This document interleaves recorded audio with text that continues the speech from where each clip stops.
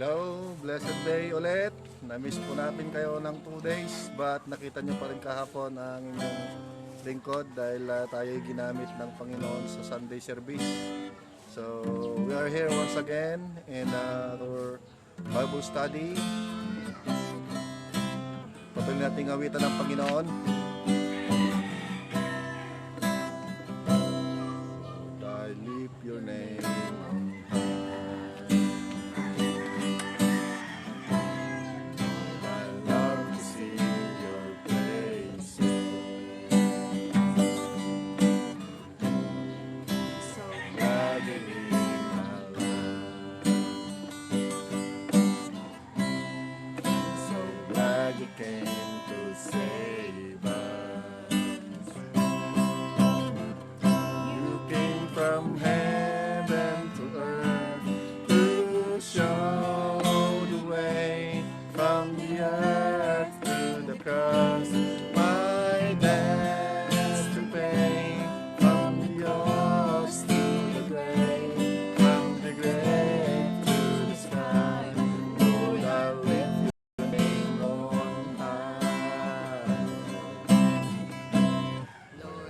Lift your name on high.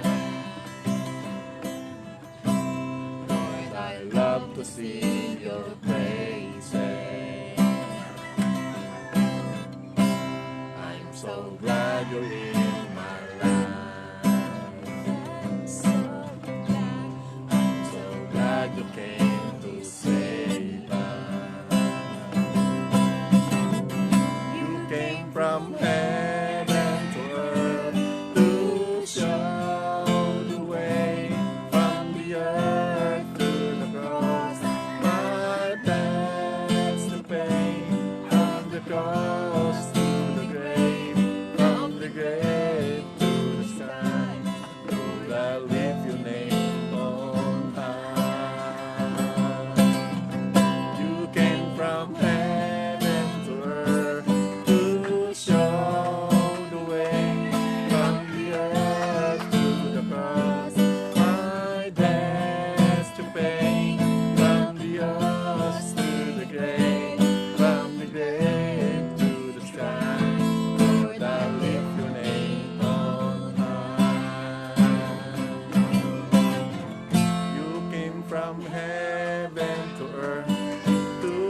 show the way from the earth to the cross, my debt to pay, from the earth to the grave, from the grave to the sky.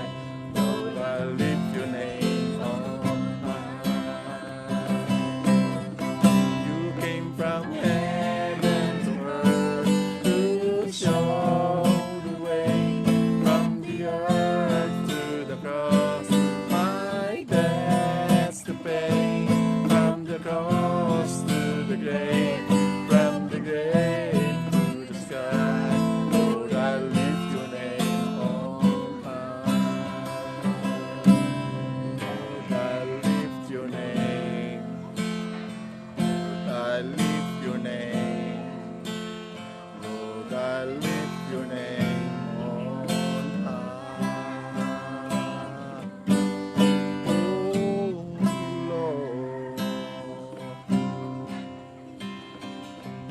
Yes, Lord, thank you once again for this time, this day, O God. Salamat, Lord, for the wonderful day na binigay mo sa amin. Thank you for the great day na nakapagpahinga, holiday. And thank you for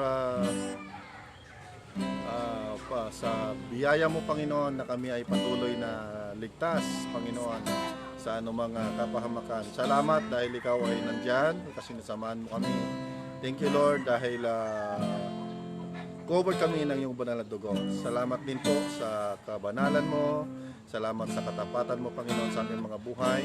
Maghari ka, Panginoon, sa oras na ito nang sa gayon. Patuloy namin ma-enjoy na mapakinggan ang aming pag-uusapan, ang aming Bible study, Panginoon. Pag-aralan namin kung sino ka, kung ano ka, Panginoon, sa aming mga buhay. Kaya, Lord, salamat sa oras na ito. Dahil ikaw pong sinasamba namin, pangunahan mo po kami. Let the Holy Spirit touch our heart, open our heart, touch our ears and open our ears, O God. Salamat po, Ama, sa ngalan ng Panginoong Hesus. Amen and amen. Amen. Hello! So, it's a Bible study. Bibigyan natin sila biko mamaya. Pakuhanin mo. JM, kuha ka biko. Ay, Kuha ka ng lalagyan ng biko. Yan.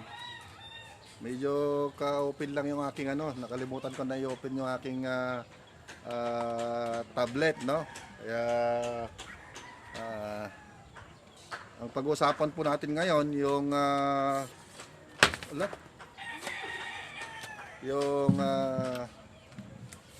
si Jesus Christ naman, no? Tapos na yung natin, personality of God. Kaya ang pag-usapan natin yung personality of Jesus Christ. Yun naman yung ating pag-usapan, no? Kaya wait lang po ating yan, okay na po. Tuloy-tuloy po tayo, no? Who is Christ Jesus for you, no? Sino si Jesus Christ sa atin? So sa atin minsan alam na natin kung sino si Jesus Christ, no? So mamaya sa mga nanonood, sa mga may shout out po tayo mamaya, no? Sa mga kilala ko, no? Talagang nakikilala kayo ng aking mga viewers dito sa Bible study natin, no? So sa atin po lumalago tayo sa ating Christian life sa pamamagitan ng ating pagkakilala sa ating Panginoong Hesus, no? So paano natin siya sinasamba kung di natin siya kilala, no? If we are believers, so we need to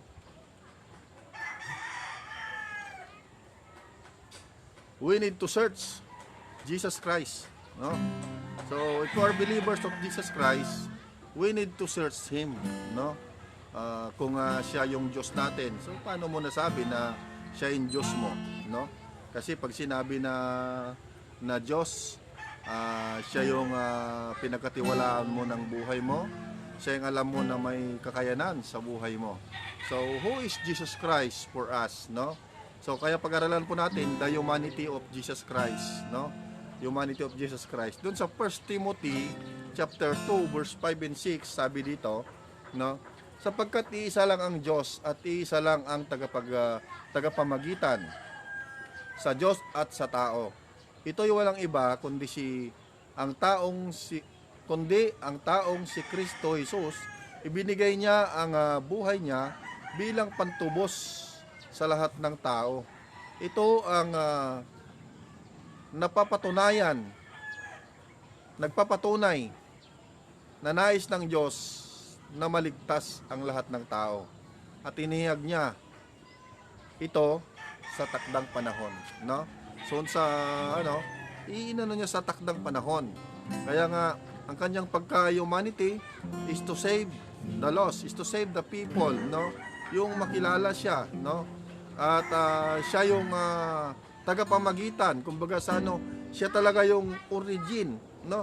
Siya yung binigay na handog para manumbalik yung ating relasyon sa Diyos, kasi dati tayong makasalanan, wala tayong karapatan na tumawag sa Diyos. Kaya dahil sa pamagitan ng ating Panginoong Hesus, siya yung nagsakripisyo ng kanyang buhay para tayo ay magkaroon ng buhay, no?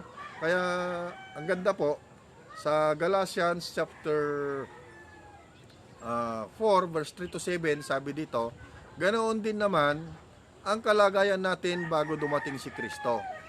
Inilapit tayo ng mga panuntunan sa mundong ito. Ngunit nang dumating ang takdang panahon, ito po yung right time, no? Kailan po yung right time? Mamaya pag-usapan natin yung right time, no? Yan. Ngunit nang dumating ang takdang panahon, isinugo ng Diyos ang kanyang anak sa mundo. Ipinanganak siya ng isang babae at namuhay sa ilalim ng kautusan para palayain ang mga nasa ilalim ng kautusan. Nang sa ganon ay maging anak tayo ng Diyos. At dahil mga anak na tayo ng Diyos, isinugo ng Diyos ang espiritu ng kanyang anak sa ating puso, kaya makakatawag tayo sa kanya ng Ama. Ngayon, hindi na tayo mga alipin, kundi mga anak. At kung mga anak na tayo ng Diyos, tagapagmana rin tayo ng mga pangako niya. So, ang ganda po, no? Kaya ito yung humanity ni Jesus Christ, no? Kaya ito yung kanyang inino sa atin, ipinangangalandakan sa atin, no? Na tayo ay pinalaya, no?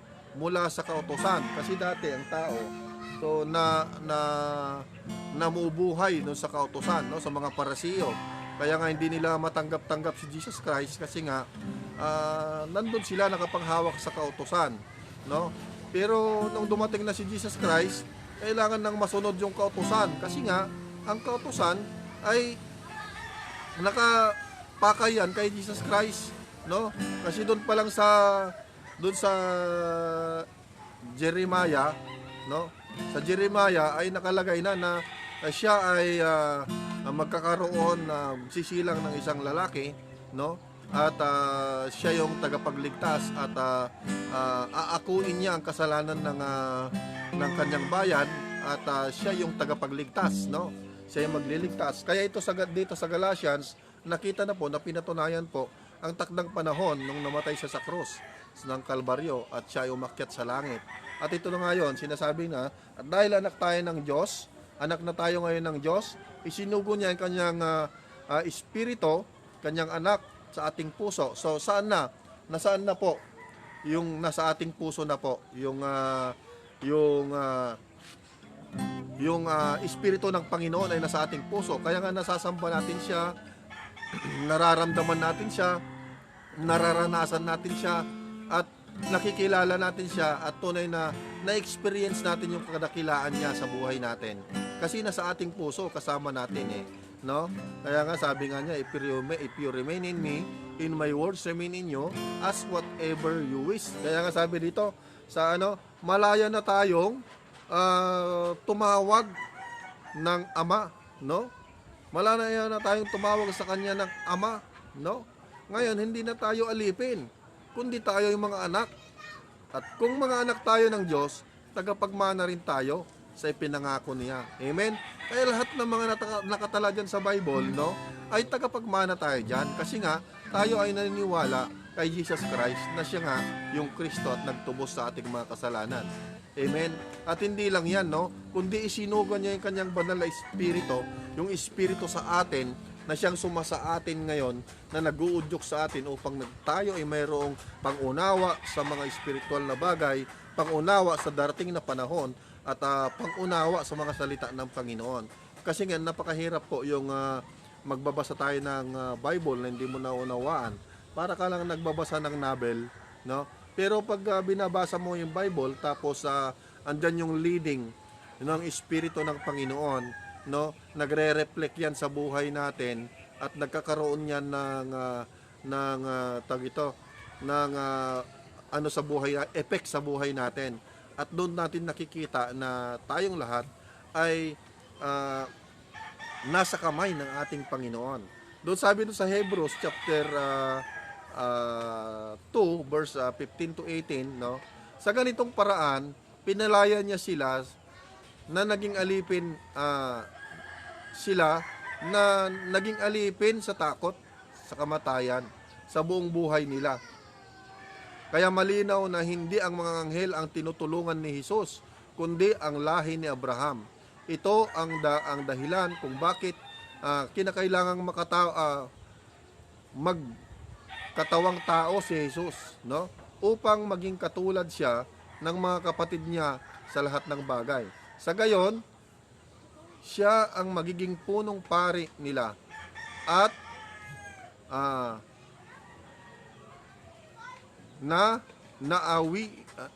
maawain at tapat, no? Maawain at tapat na makapaghandog sa Diyos para sa kapatawaran ng kasalanan ng tao.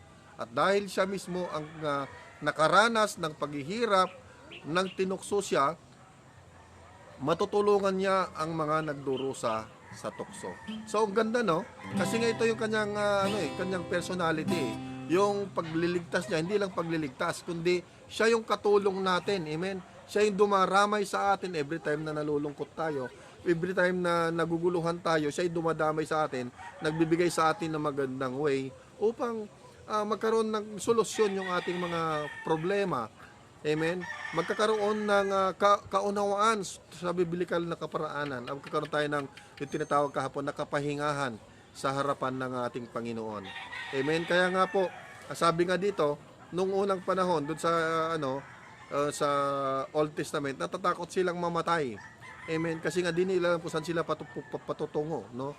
Sila ay natatakot sa Diyos kasi baka mamatay sila. Pero pag di nila alam, pag namatay sila na kasama ang presensya ng Diyos, walang bahid ng kasalanan, ay tiyak yon na kasama nila ang Diyos sa kanilang patutunguhan, an everlasting life. But ang pagkaunawa kasi ng mga Pariseo ay si Jesus, no? Ay ang tinutulungan niya yung mga anghel, darami ang anghel, no? Pero dito ay pinapaunawa sa atin na hindi yung mga anghel ang naka-address sa kanyang pagtungo sa lupa, sa yung kanyang pagiging nagkatawang tao, no? Hindi yung mga anghel kundi yung mga tao na makasalanan, no? Yung kanyang likas na kabanalan ay ipinakita niya sa mga tao as example, no? Upang siya yung ihandog na magmistulang kasalanan, upang tayo ay naiwan sa atin yung kanyang kabanalan. Sino? Kanino po naiwan yung kabanalan ng Diyos? Sa atin po na nagtitiwala sa Kanya. Amen? Kaya nga, bakit nga ba tinawag siyang Jesus? No? Kasi siya yung Kristo. Amen ba? Kung sinasabi mong Jesus, siya yung Kristo. Pero ngayon napakarami pong Jesus, no? Pangalang Jesus, no? Pero depende sa depende sa heart mo, no?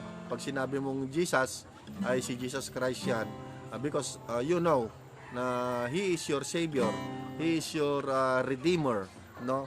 Kaya pero gusto mo rin mas assure na pag tumawag ka sa Diyos through Jesus Christ, no, the Son of the Living God, must be sure Jesus Christ of Nazareth, no? So yun po yung pinapaano sa Bible na the powerful name, no, is Jesus Christ, Son of the Living God. Amen? Ang diablo nanginginig na yan, no? So bakit siya tinawag na Jesus? Doon po sa Matthew chapter 1 verse 21, kita po natin kung sino yung nagpangalan sa kanya ng Jesus, no?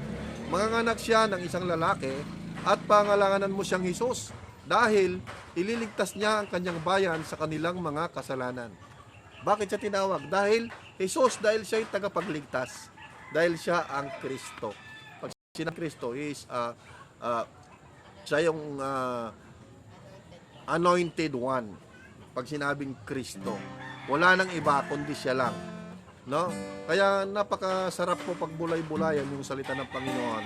If God open our spiritual ears, if God open our our heart, if God open our spiritual eyes, nakikita natin at naunawan natin yung mga spiritual na bagay na itong si Jesus Christ nga, no?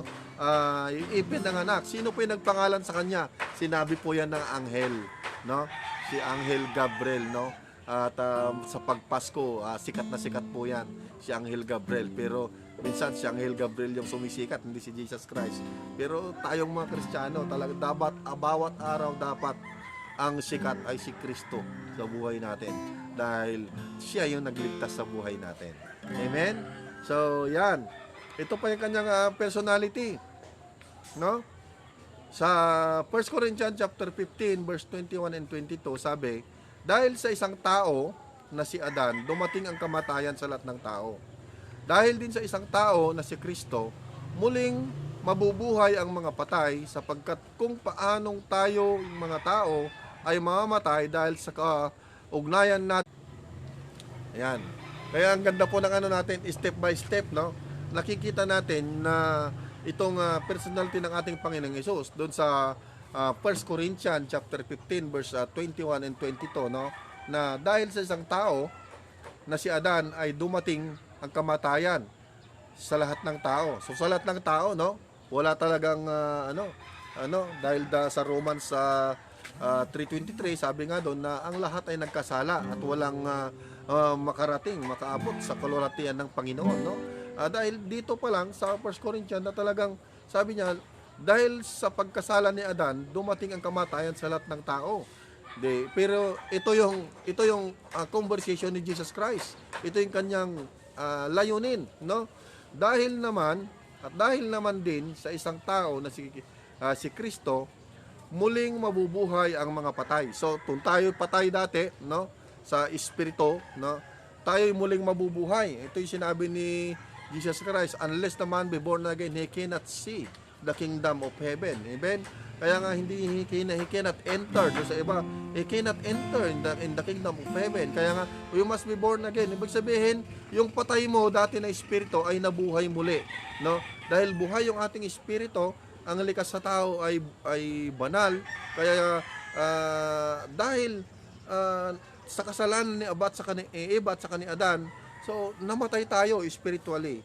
So pero nung dumating si Kristo, through our faith to accept him, kaya nga yun ang nabuhay muli, no? At dahil sa isang tao na si Kristo, muling nabuhay ang mga patay, sapagkat kung paano tayo mga tao ay namamatay dahil sa kaugnayan natin kay Adan, yun po kaugnayan, no, kay Adan.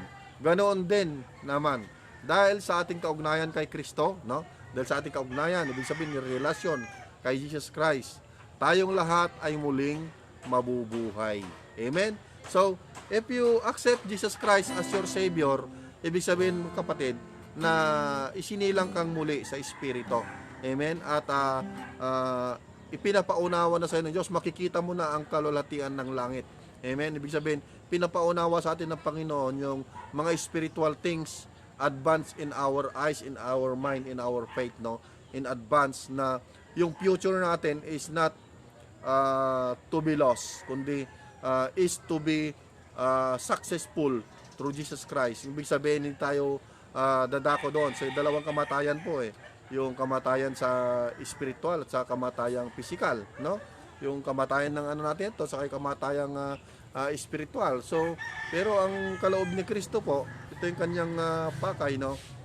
Na magkaroon ka ng buhay, mamatay ka sa physical, pero buhay yung spiritual mo.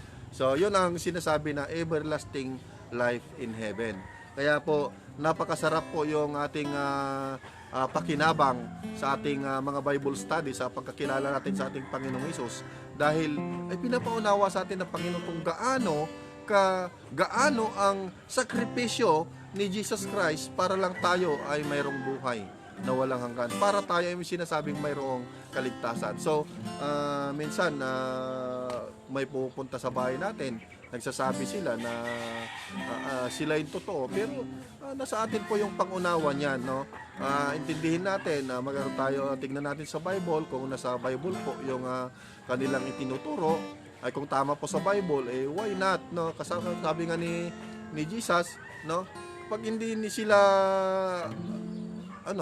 kontra sa itinuturo natin, ay kasamahan natin sila. Pero pagka hindi ayon sa ating mga katuruan yung itinuturo nila, no, ay kalaban natin sila, no. Bagamat yun po yung ni Jesus Christ. Kaya nga po sabi nga mapagbantay tayo, amen. Mapagbantay tayo dahil ang kaaway ay parang kaya nga yan po, yun yung napakasarap na ginagawa ng Panginoong Hesus sa buhay natin, na naunawaan natin na who is Jesus Christ in our life, no?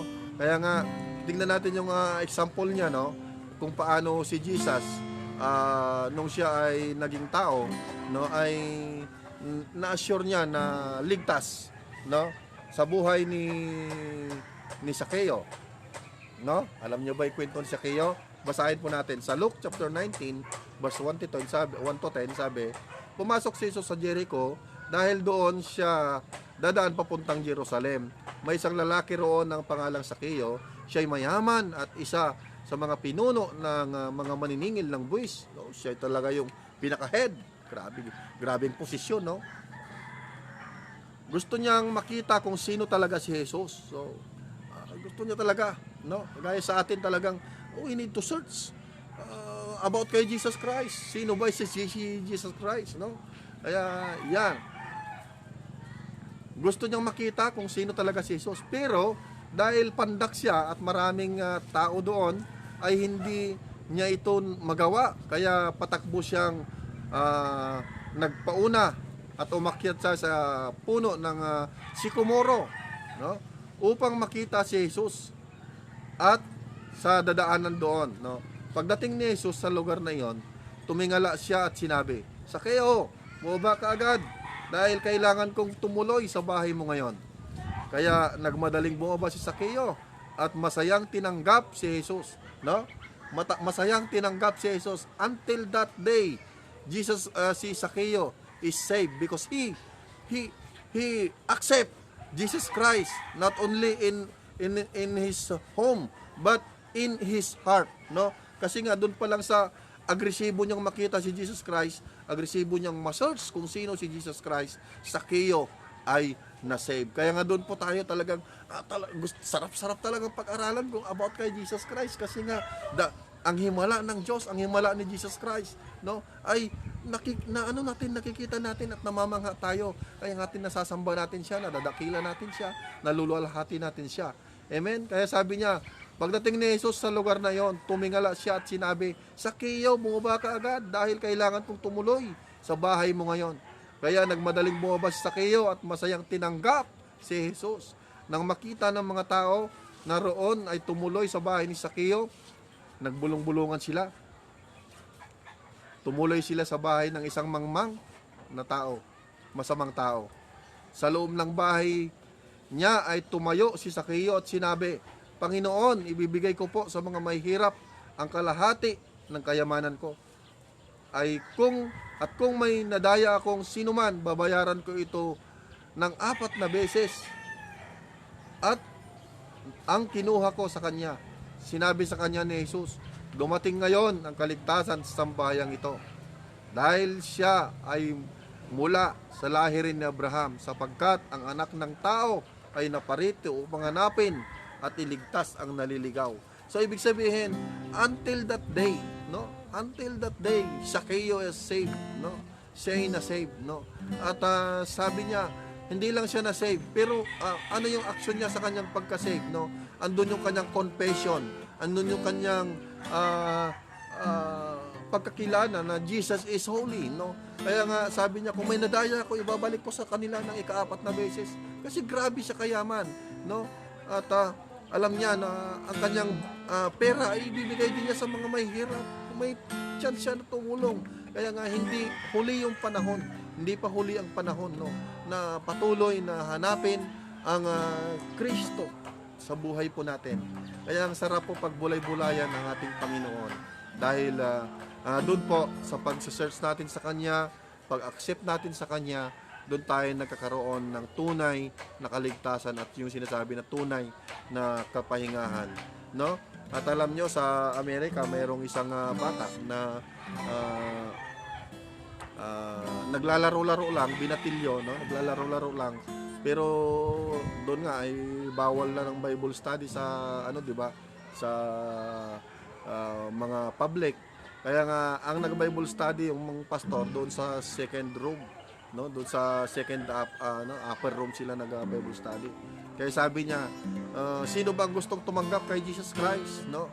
Sabi niya, sino ba itong Jesus Christ na to? Sabi nung bata ito, no?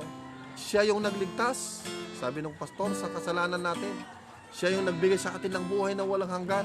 Siya yung masarap na kaibigan, no? Sabi ng pastor, no? Sabi niya, umakyat siya sa puno nung narinig niya yon. Sabi niya, ako po gusto kong tanggapin si Jesus bilang Panginoon ko at tagapagligtas, no?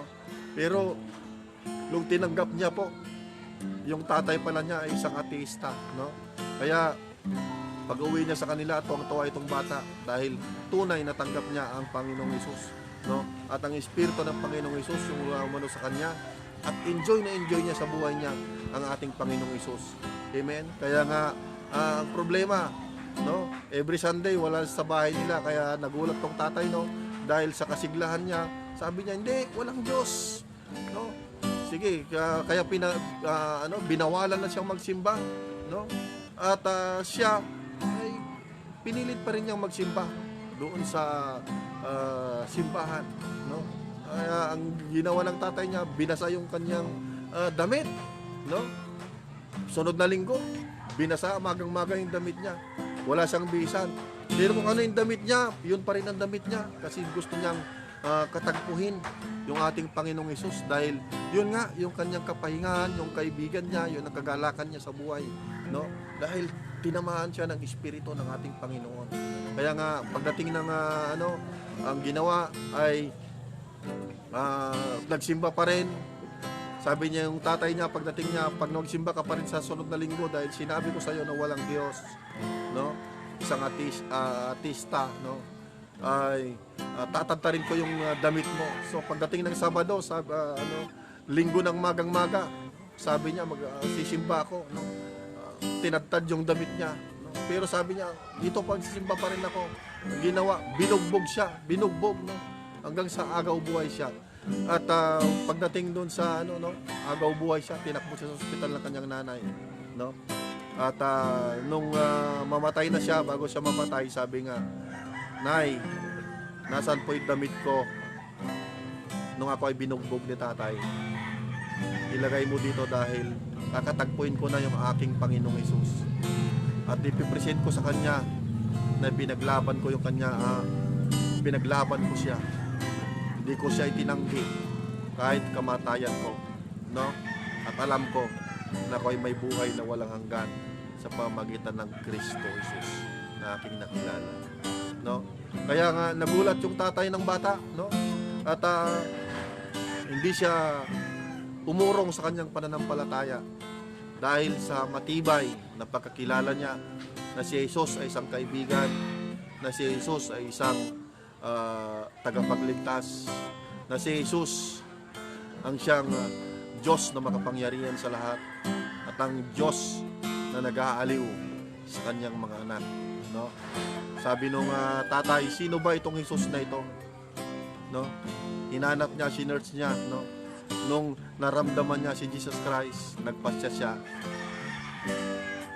at nagpabaptize siya at ngayon isa siyang pastor, no? Kaya may mga pagsubok po sa buhay natin na para makilala lang natin, inaalaw ng Panginoon para makilala natin ang dakilang Diyos, no? Upang patuloy na maranasan natin siya sa buhay natin. Yan po, bukas ituloy po natin yung ating pag-aaral at nawa po ay napagpala po tayo, no? May naunawaan po tayo sa yun po ang dulot ng personality ng ating Panginoong Hesus. He saved the people, no? Step by step ay patuloy na ipinapaunawa sa atin ng Panginoon kung bakit natin siya tinatawag na dakila, kung bakit natin siya tinatawag na Diyos. Amen. Dahil sabi niya, I am the way, the truth, and the life. No one comes to the Father except through me. Yun ang sinabi ng ating Panginoong Hesus. He is good. He is always good. No? But He is a good in our life. He is our healer. He is our Savior. He is our Redeemer. Amen. So, shout out na tayo. Shout out. Bago tayo mag-closing prayer. No? Yun, yung aking inaanak sa kasal, si Jessica Octa Robles. Hello. Kumusta kayo ni Jameson? Hello, kumusta? Jessica, si ating laging sumusubaybay sa Bible study, Nora Lane Nolipas Puntanilla, no? Taga Maria Aurora. Hello. So, God bless. Isama daw siya sa prayer, no? Okay po, sama namin kayo sa prayer. So, God bless po. Ang Diyos ang kikilos sa nyo po, sa prayer request po. Yan. Kabagyan ko, si Renanti Gameda Ramos. God bless, insan. Thank you for watching. Dito po kami sa Taguig, insan. Taguig. Sister Breda, Kating Elber Sosa, hello. Kay Sister Breda and family, kay Talia, kay Brother Ben, yan, sa asawa mo. Si Ma'am Jaja Madilar, hello ma'am. So, God bless po. Yan. May matindi yung challenge ni Sir Jason ha. Push up, 30 push up a day. Sa akin, 10 lang. So, God bless Madam Jaja Madilar. Sa Madilar family and Breton and ano pa, Marmol family, no? Sa Botswani. Hello my friend. Oh, where are you? I hope you you accept Jesus Christ as your Savior, because He is the way, the truth, and the light. So no one's come to God except through Jesus Christ, because He is good anytime. Bernardo Vallejo. So hello po Bernardo Vallejo. God bless po. So nasaan man kayo. So ang Diyos ay mag-iingat po sa inyo. Si Ate Gina Gregorio Pidoche, no? Yung classmate ko to ng high school, no? So high school pa kami, born again na to. At ito'y ginagamit sa simbahan, doon daw sila sa May Payatas. Wow! We have a new member of Bible study, si Sir Kevin Umay, no? Sir Kevin, isa pong teacher to ng MRT, MHS. So, Sir, God bless.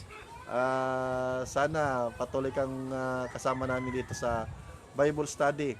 Learn about Jesus Christ and learn about God. This is a theology, no? Hindi po siya sa literal but in theology by God knowledge, no? Yan. Sister Denya, Sister Sideng, hello sa anong apelyido na nga ni Sister Sideng? Labadia family, no? Kay Sister Sideng, no? Kay yung best friend ko, no? Glyden, si Dexter, aking binata, no? Saka si Brother Edwin, at saka si Glyza. Si Glyza, saka si Glyden. Ito talaga yung laging regular na nanonood, no? Si Sir Ayador Coritana. So, salamat sa buhay na Sir Ayador at laging nagwa-watch yan. Thank you sir for supporting our Bible study, and I know more revelation of the living God ang ibinibigay niya rin sa iyo at more learning. Kaya nga yun ang maganda kagaya ni Sakeo, di ba? Gusto niyang makilala si Jesus Christ. Kaya ano sabi, pinagpala si Sakeo ng ating Panginoong Hesus. Amen. Ganun po ang Diyos. Kung sino yung gusto nga maganap sa kanya, talaga yun po yung ano. Yan, si Ma'am Kabilin. Hello ma'am. God bless ma'am. So welcome here once again in Bible study. You are always there to joining us in Bible study. This is theology ma'am. Live about kay Jesus Christ. The truth, no? The truth. Yan po yung ating pag-aaralan para tayo po lahat matututo. Amen. Sa aking wife, sa aming principal sa MRT, si Lelevet Escobar Ramos. I love you very much. Si Angelica Orbino Lawan. Yan. Hello, Angelica. God bless. Teacher daw po ng English pala ng MRT. Wow. Thank you for our new members ng ano. So, God bless ma'am. I hope tomorrow kasama ka pa ulit namin learning about Jesus Christ, no? A personality of Jesus Christ as a God. So, pag-aralan po natin yan. Si Cheche Buwaken. Wow, si Ma'am Cheryl. Hello ma'am. Second time yata to na nag-watch ka dito sa Bible study namin. No, thank you. Kasi talagang may natututunan po tayo. Because God is good all the time.